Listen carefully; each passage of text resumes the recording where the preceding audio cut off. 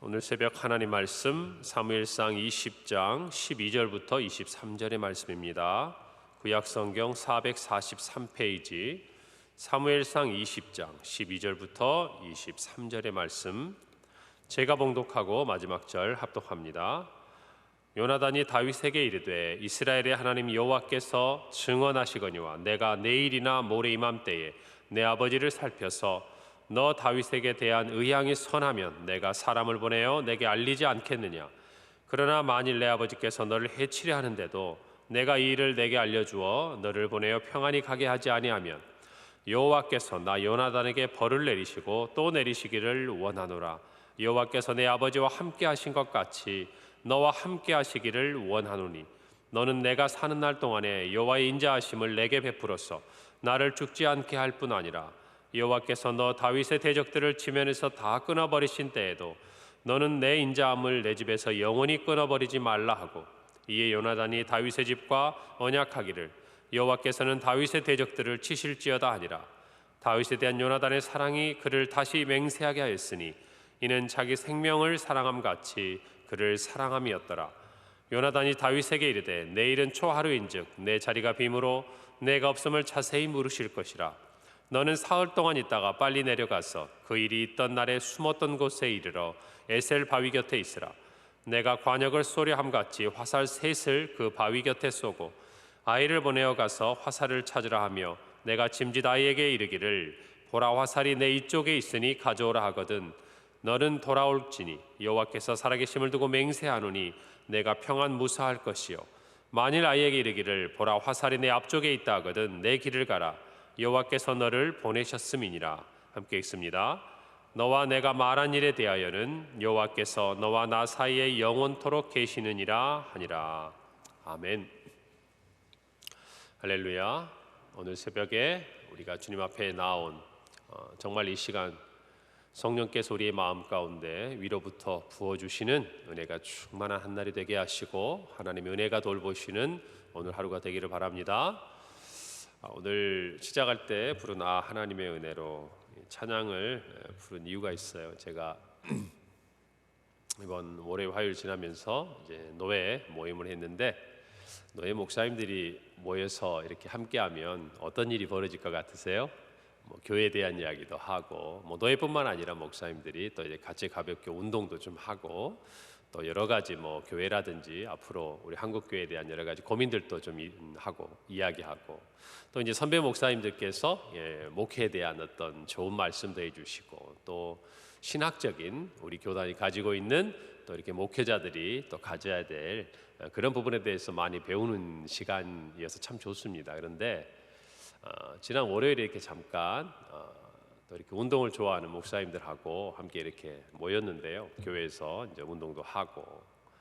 그런데 그때 어느 목사님의 제안으로 저희들이 이렇게 찬송가를 불렀어요. 찬송가를 갑자기 하려고 한 건 아닌데 정말 이렇게 제일 좋아하는 찬송 또는 생각나는 찬송 있으면 이렇게 한 곡씩 해보자고. 그런데 30년이 훨씬 넘게 목회를 하시고 이제 은퇴를 올해 앞두신 어느 목사님께서 이 찬양을 부르시더라고요. 하나님의 은혜로. 제가 생각해 보면 이 찬양이 어릴 때 이제 가정 예배를 드릴 때 저희 가정에서 참 많이 불렀습니다. 신앙생 오래 하신 분들은 이 찬양 많이 부르셨죠. 요즘에는 이제 은혜에 관련된 여러 가지 찬양이 있잖아요. 그런데 예전에 이제 저희들이 주로 찬송가가 많이 저희들에게 있을 때는 생각해 보면 저도 이렇게 1절부터 4절까지 외우고 있었던 찬양이 참 많았습니다. 그런데 우리가 내비게이션 생기니까 길을 잘 찾아가지 못하고 또 이렇게 어디 가든지 자막이 이렇게 밑에 다 제공이 되니까 성경 암송도 잘 안 되고 찬송가도 이렇게 알던 것도 잊어버리잖아요. 근데 이 찬양을 참 어릴 때 불렀던 그 기억이 났어요. 그리고 그 목사님의 이제는 연세가 드셔서 막 우렁찬 목소리는 아니지만 뭔가 이렇게 가득 차 있는 뭔가 이렇게 영성이 배어 있는 그 찬양을 제가 옆에서 듣는데 너무 좋았습니다. 그래서 이제 그런 목사님 또 은퇴하신 목사님들도 이렇게 계셔가지고 한 절씩을 이렇게 다 부른 거예요. 1, 2절씩을. 그런데 처음에는 좀 쑥스럽게 시작을 하는데 다 이렇게 찬송가 딱 한 소절 지나가고 나면 눈을 지그시 감고 이렇게 예전에 불렀던 그런 찬양을 생각하시면서 그 영성이 그대로 몸에 느껴지는데 너무 좋은 거예요. 그래서 제가 오늘 이렇게 새벽에 나오면서 뭔가 좀 제가 느꼈던 마음들을 성도들하고 좀 전하고 싶어서 제가 이 찬양을 불렀습니다. 여러분도 이 찬양 가사 이렇게 부르면서 함께 하는데 너무 좋으시죠? 그래요. 그러면서 이런 얘기도 했습니다. 가사가 조금씩 예전하고 바뀌었는데, 내 모든 형편 아시는 주님, 예전에는 내 모든 형편 잘하는 주님, 그래서 잘하는 주님, 그리고 늘 보호해 주실 것을, 예전에는 늘 돌보아 주실 것을. 제가 찬송하다가 이렇게 가끔씩 옛날 가사로 부르는 부분들이 있어요, 예배 시간에도. 근데 그때 그 가사들이 참 전해주는 느낌이 크다, 이런 얘기들을 또 하면서 단순히 하나님 우리를 보호해 주시는 차원이 아니라 정말 우리에 앞서서 하나하나 채울 것도 채워주시고 돌보신다는 의미가 좀 더 낫지 않았느냐, 뭐 이런 이야기도 우리가 서로 고백하면서 시간 가는 줄 모르고 이렇게 그런 시간을 지냈습니다. 뭐 한 달에 한 번 정도 이렇게 될 수 있으면 만나고 하는데요. 우리 모두도 어디 가든지 참 그런 뭔가 그리스도인다운, 또 목회자다운 그런 삶이면 좋겠어요. 그래서 저희들이 어느 한 교회에서 운영하는 저희 노회에 이제 교육관인데, 한편에는 운동할 수 있는 이제 공간이 있어요. 탁구를 칠 수 있는 공간이 있고, 반대쪽에는 카페가 이렇게 잘 또 이렇게 교회에서 최근에 오픈을 해가지고 하셨는데, 카페에서 봉사하시는 이제 집사님, 권사님들이 계시더라고요. 근데 그분들이 이제 저쪽에서 떨어져서 있는데 목사님들이 이렇게 둘러 앉아가지고 한 명씩 찬송가를 딱 부르는 걸 보더니 이렇게 얘기하시더라고요. 목사님들은 모이시면 저렇게 시간을 보내시는구나. 꼭 그런 건 아닌데 엄청 은혜를 받으시더라고. 나중에 이제 끝나고 얘기를 해주셔가지고. 그래서 그렇구나. 우리가 정말 이렇게 하나님 안에서 찬양하고 함께 모여서 대화를 하고 하는 것들이 성도들 보기에는 그렇게 좋아 보이는구나. 여러분도 그런 모습 기대하시죠? 네, 그래요.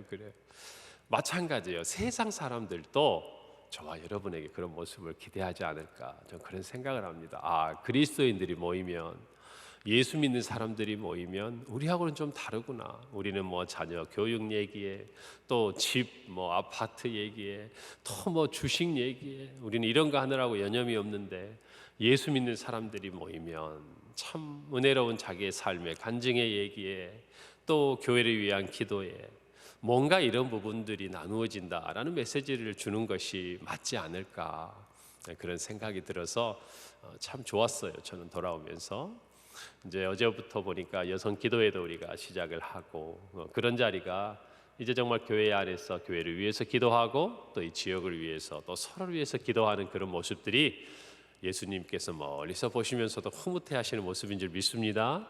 이 새벽을 깨우고 나오는 여러분들에게도 주님께서 기뻐하시고 돌보시고 채우시는 한 날이 되는 줄로 믿습니다. 맞아요. 오늘 성경에 보면 예수 믿는 사람들은 좀 다르구나. 제가 보니까 그래요. 우리 다윗과 요나단이 정말 하나님을 경외하는 두 사람이 만나니까 사귀는 것도 차원이 다르구나. 그냥 세상적으로 뭔가 친구고, 뭔가 그냥 서로 아껴주고, 뭐 마음에 맞아서 잘 지내고 이런 차원이 아니라, 그들의 어떤 관계 속에 중심이 되시는 분이 하나님이시구나. 그러니까 인간적인 어떤 뭐 사랑, 애정, 이것들이 제가 생각해 보면 참 얼마나 이렇게 빈약하고 연약한지 몰라요. 여러분, 우리가 결혼을 이렇게 할 때 예배를 드리지 않습니까? 근데 그럴 때마다 제가 이제 주례를 저도 이제 많이 하는데, 주례를 할 때 느끼는 게 있어요. 맹세하잖아요. 이렇게 사람들이 평생 이제 아끼고 사랑하고 하겠다고.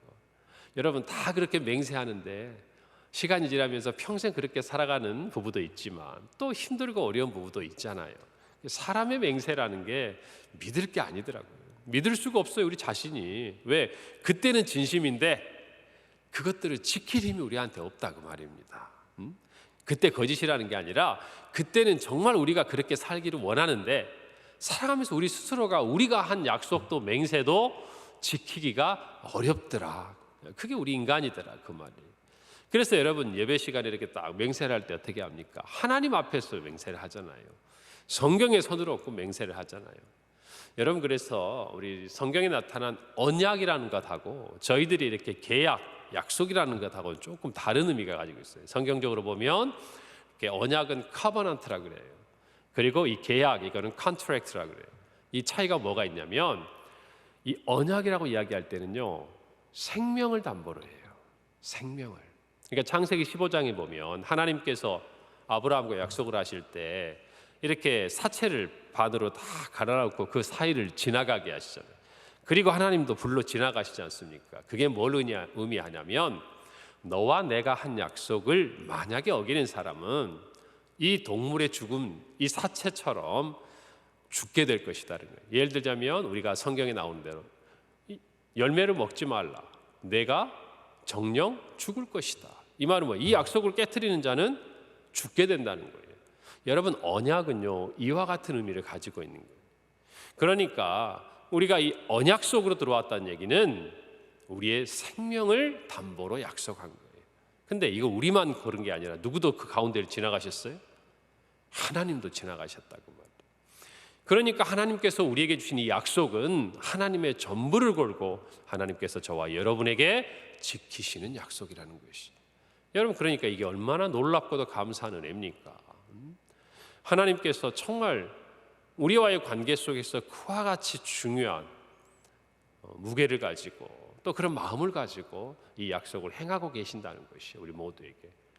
결론적으로 하나님은 약속을 지키셨지만 누가 약속을 지키지 못해요? 사람들은 지키지 못합니다. 여러분, 그런데 그 책임은 누가 지십니까? 하나님이 지셔요. 왜요? 이 언약을 하나님이 원하시기 때문에. 하나님께서 이 언약을 지키고 회복하기 위해서 우리가 할 수 없는 그것, 로마서 8장에 있는 말씀처럼 그것을 하나님께서 이 땅에 오셔서 우리 대신 죽으심으로 그 언약을 생명으로 담보로 했던 그 언약을 다시 회복시키신 거예요. 그게 여러분과 우리가 가지고 있는 신앙이요, 예수 그리스도께서 이 땅에 오신 사랑이에요. 오늘 요나단과 다윗이 다시 맹세를 합니다. 성경에 보니까 다윗이 요나단을 어제 말씀대로 찾아왔어요. 그리고 내 아버지 사울이 나를 죽이려고 한다. 이 마음을 서로 이렇게 소통을 할 때 요나단은 아직까지 다윗이 느끼고 있는 위협이 어떤 건지 분명히 몰랐습니다. 그러나 다윗을 만나보고 그는 알게 됩니다. 그리고 이 두 사람이 이렇게 서로 간에 안전을 보장하는 서로 간에 어떤 약속을 해요. 두 번째 맹세를 합니다. 그리고 만약에 아버지가 사울 왕이죠, 우리 요나단에게 다윗 너를 죽이려고 한다고 한다면 내가 반드시 너에게 그것을 알릴 것이고 그렇지 않는다면 하나님께서 나에게 벌을 내리셔도 마땅하다라고 이야기를 하면서 두 사람이 서로 안전에 대한 약속을 합니다. 그런데요, 인간적으로 보면 참 이해하기 어려운 일이 있어요. 아무리 좋던 사람도요, 가족이 묶이고 물질이 묶이면 어떻게 됩니까? 순식간에 돌아서는 것이 사람들의 모습이고 해요. 그런데 이 두 사람은 얼마나 서로를 향한 믿음과 사랑이 또 정말 서로에 대한 확신이 있었던지 자기 아버지가 행하는 일도 옳고 그름에 대해서는 하나님의 관점에 비추어서 생각하는 거예요, 요나단은. 그리고 다윗도 자기를 죽이려 했던 사람의 아들 아닙니까? 그리고 직접적으로 왕이 계승자잖아요. 그런데도 불구하고 그를 찾아와서 자기의 처지를 다 이야기할 수 있는 거예요. 여러분, 이거는 인간적인 마음이 아니에요. 그들의 마음속에 누가 계시기 때문에? 하나님이 계시기 때문에 서로가 이런 대화가 되는 거예요. 그들의 마음속에 하나님의 중심이 계시고 하나님이 그들의 인생의 주인이 되셨기 때문에 이런 사귐이 있고 이런 교제가 있는 거예요. 사람이 할 수 있는 게 아니에요.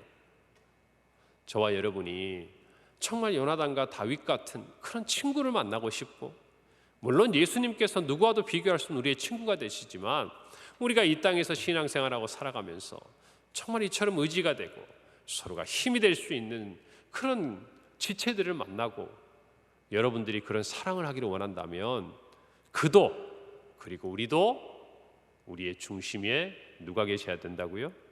하나님이 계셔야 돼요. 하나님이. 여러분, 인간적인 마음으로 아무리 애쓰고 사랑하고 섬겨주고 그런다고 그 사랑이 여러분에게 그대로 돌아옵니까? 제가 보면 그래요. 사랑이 많은 사람이 상처도 많아요. 왜 그러냐면 내가 더 먼저 사랑하고 더 먼저 다가가고 더 섬겨주는데 처음에는 꼭 되돌려 받으려고 하는 게 아니에요. 그런데 하다 보면 어떤 문제가 생기느냐, 그래도 내가 원하는 마음이 생기는데 그만큼이 돌아오지 않으면 사랑한 만큼 어떤 마음도 생겨요. 서운한 마음이 생기는 게 그게 인간의 마음이다 그 말이에요. 섭섭함이 있는 거예요. 인간관계 속에서. 성도들끼리도 그러고 목회자와 성도도 그러지 않습니까? 내가 우리 목사님 위해서 기도하고, 내가 우리 목사님 얼마나 저기 하는데 우리 목사님 나보다 더 누구를 챙기는 것 같고, 그렇게 생각이 마귀가 딱 틈타고 나면 어떤 일이 생겨요? 우리 옛날 부흥사 목사님들이나 또 뭐 예전의 목사님들 그거 보고 섭섭병 든다고 그랬어요. 섭섭병. 교회에서 이 섭섭병 들면 시험에 든다고 그랬어요. 인간적인 관계에도 다 마찬가지. 그런데 이것들을 뛰어넘을 수 있는 게 뭐냐? 하나님이 우리의 삶의 중심이 되셔야 이 모든 것들이 우리를 흔들지 못하는 거예요. 오늘 이 대화가 말이 안 되잖아요. 지금 누가 위험에 빠졌습니까? 다윗이 위험에 빠졌습니다. 그러면 요나단의 입장에서는 여유가 있는 거잖아요. 내가 아버지의 뜻을 살펴보고 내가 너의 형편에 대해서 알려주마. 그렇게 하고 끝나면 되는 일인데 이 언약 속의 내용을 한번 보세요. 우리 14절에서 이렇게 쭉 보면 너는 내가 사는 날 동안에 여호와의 인자하심을 내게 베풀었어. 나를 죽지 않게 할 뿐 아니라, 지금 누가 죽게 생긴 위기인데? 자기가 죽게, 지금 요나단이 죽게 된 상황이에요. 다윗이 죽게 된 상황이에요.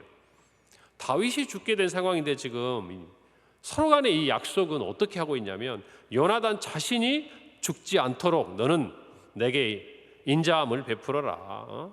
그 다음에 15절에 여호와께서 너 다윗의 대적들을 지면에서 다 끊어버리신 때에도 너는 내 인자함을 내 집에서 영원히 끊어버리지 말라. 결국 무슨 말입니까? 다윗의 대적이 누구예요? 지금 아버지 사울 아닙니까? 그런데 요나단은 다윗 안에 역사하시는 하나님을 느끼고 만난 거예요. 서로 안에, 여러분 그리스도 안에서 지체라는 거는 이런 걸 의미하는 거예요. 사랑한다는 거는, 우리 찬양의 가사에 그런 가사가 있죠. 형제의 모습 속에, 자매의 모습 속에 보이는 하나님 형상 아름다워라. 존귀한 주의 자녀 됐으니 사랑하며 섬기리. 우리가 서로를 사랑한다는 것은요, 단순히 내가 어떤 사람의 호의가 있고 마음에 드는 차원이 아니라 그 안에서, 그 자매, 그 형제 안에서 함께 살아 역사하시는 누구를 발견하는 거예요? 하나님의 형상, 예수 그리스도를 발견하는 거예요. 여러분, 이것이 우리 안에 서로 간의 아름다운 사귐의 근간이 되는 거예요.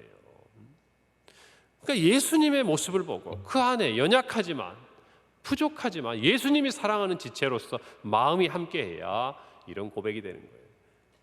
여러분, 다윗이 죽게 됐는데 약속은 지금 무슨 약속을 하고 있냐면, 다윗 네가 대적들로부터 다 승리하고 평안해질 때 나를 돌아보라는 거예요. 나와 내 집, 내 후손을 돌아보라는 것이죠. 실제적으로 여러분, 이 요나단의 말대로 나중에 다윗이 왕이 된 다음에 사울 왕과 요나단이 전투에서 죽고 난 이후에 힘겹게 살아가고 있던 그의 요나단의 자녀였던 무비보셋, 도망가다가 다리를 다쳐가지고 절뚝발이로 걷지도 제대로 못하는 그를 왕의 상에 같이 앉게 하고 모든 그의 할아버지와 아버지의 그 재산들을 회복시켜주고, 여러분 이런 아름다운 관계가 이루어질 수 있는 것이 무엇 때문에 가능합니까? 그들의 중심에 누가 계셨기 때문에? 하나님이 계셨기 때문에 그래요. 여러분 오늘 뭐 할 수 있는 또 이야기가 많지만 오늘 딱 한마디 그거 하나 생각했어요. 저와 여러분이 무엇인가를 할 수 있는 존재가 아니에요. 사랑조차도, 요한 사도는 그래서 요한시서에 보면 우리가 하나님을 사랑하는 것은 우리가 먼저 사랑한 것이 아니라 그가 먼저 우리를 사랑하셨다 그랬어요. 할렐루야. 그렇기 때문에 우리의 사랑이 유지되는 거예요. 하나님과 우리 사이의 사랑은 주고받는 게 아니라 그분이 먼저 우리를 사랑하셨고 완전하게 사랑하셨기 때문에 하나님과 우리의 사랑이 유지되는 거예요. 그래서 그분의 사랑이 우리 안에 있을 때 형제 간에, 우리 교회 안에, 지체 간에, 가족 안에도 그 사랑이 후유증이 없어요. 저와 여러분이 이 말씀을 잘 생각하면서 무엇인가 우리 가족 안에도 회복돼야 되고 또 우리 교회 안에도 회복돼야 되고 내 개인 안에도 회복돼야 될 사랑이 있다면 여러분의 힘으로 하려고 하지 마세요. 여러분 안에 하나님의 사랑이 가득하고 하나님께서 그 사랑을 붙들어 주셔야 회복되는 줄 믿으셔야 합니다. 그래서 오늘 이 말씀을 묵상하면서 우리 모두가 하나님 주신 사랑 안에서 풍성한 한 날이 되기 바랍니다. 오늘 이 찬송가처럼 하나님의 은혜로 이 쓸데없는 자 왜 구속하여 주는지 나는 도무지 알 수 없도다. 여러분 이 마음을 가지고 하나님을 사랑하고 또 우리 이웃을 사랑하고 특별히 우리 그리스도 안에 있는 지체들을 사랑하는 우리 사랑하는 평강의 모든 성도들의 하루가 되기를 간절히 바랍니다. 기도하겠습니다. 하나님 아버지 은혜를 감사합니다. 오늘 다윗과 요나단의 이 모습을 보며 그들의 중심에 살아계신 하나님을 만납니다. 하나님 우리는 사랑할 수도 없을 만큼 연약한 존재입니다. 주님이 먼저 사랑하셨고 우리 안에 거하심으로 우리가 주님의 사랑을 의지하여 하나님을 사랑하고 이웃을 사랑하고 형제를 사랑할 수 있는 줄로 믿습니다. 우리 안에 이 사랑을 회복시켜 주시옵소서. 주님을 우리 사랑하고 또 우리의 삶의 모든 주인이 되시고 우리를 붙드시고 인도하여 주옵소서. 감사드리며 예수님의 이름으로 기도합니다. 아멘.